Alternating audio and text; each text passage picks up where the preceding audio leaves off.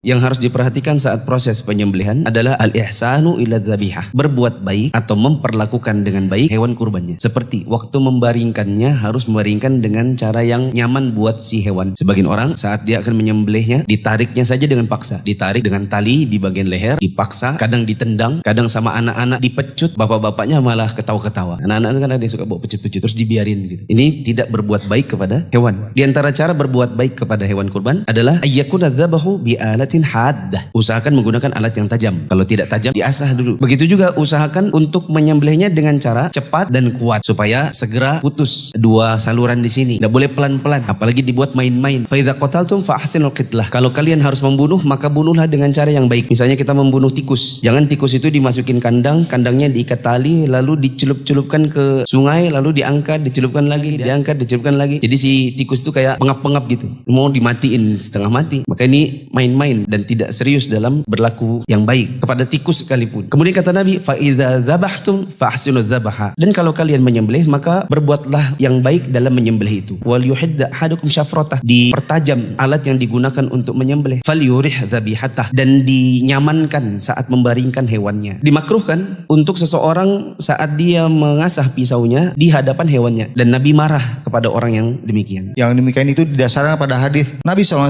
memerintahkan untuk mengasah pisau dan menutupi diri dari hewan. Dia berkata, jika salah seorang di antara kalian menyembelih, hendaklah dia mempersiapkan diri. Tidak diperbolehkan untuk menyembelih di hadapan teman-teman sesama hewan. Jadi harus ada tempat di mana hewan yang belum disembelih untuk diikat. Tempat penyembelihnya harus dipisah. Atau kalaupun tidak, maka ada pembatas. Ada sebagian masjid itu hijab-hijabnya dalam masjid dikeluarkan, dipasang untuk menjadi pembatas antara tempat nyembelih dengan tempat hewan-hewan yang lain. Dalam lafaz Al-Hakim disebutkan, aturidu antumitaha mautani halla ahdadta syafrotaka qabla an tudji'aha. Apakah engkau hendak mematikannya dua kali? Mengapa kamu tidak mengasah pisaumu sebelum menelentangkannya? Nabi marah sama dia. Apakah mau bunuh si hewan ini dua kali? Sudah nanti ntar dibunuh, ditakuti lagi. Dan itu kan membuat dia ketakutan manakala seseorang mengasah pisau di hadapan hewannya. Makanya Nabi mengatakan, kenapa tidak kamu asah dulu baru kemudian dibaringkan? Dia tidak lewati ada satu Idul Adha, melainkan pasti nanti ada video di grup-grup WhatsApp yang memperlihatkan orang ditendang sama sapi. Sapinya lari, sapinya nyeruduk orang, sapinya lari ke jalan, masuk ke laut. Itu semua adalah karena sapinya sudah ketakutan. Entah mungkin sapinya tidak dibawa dengan tenang, atau sudah dikasih lihat temannya yang mati di hadapannya.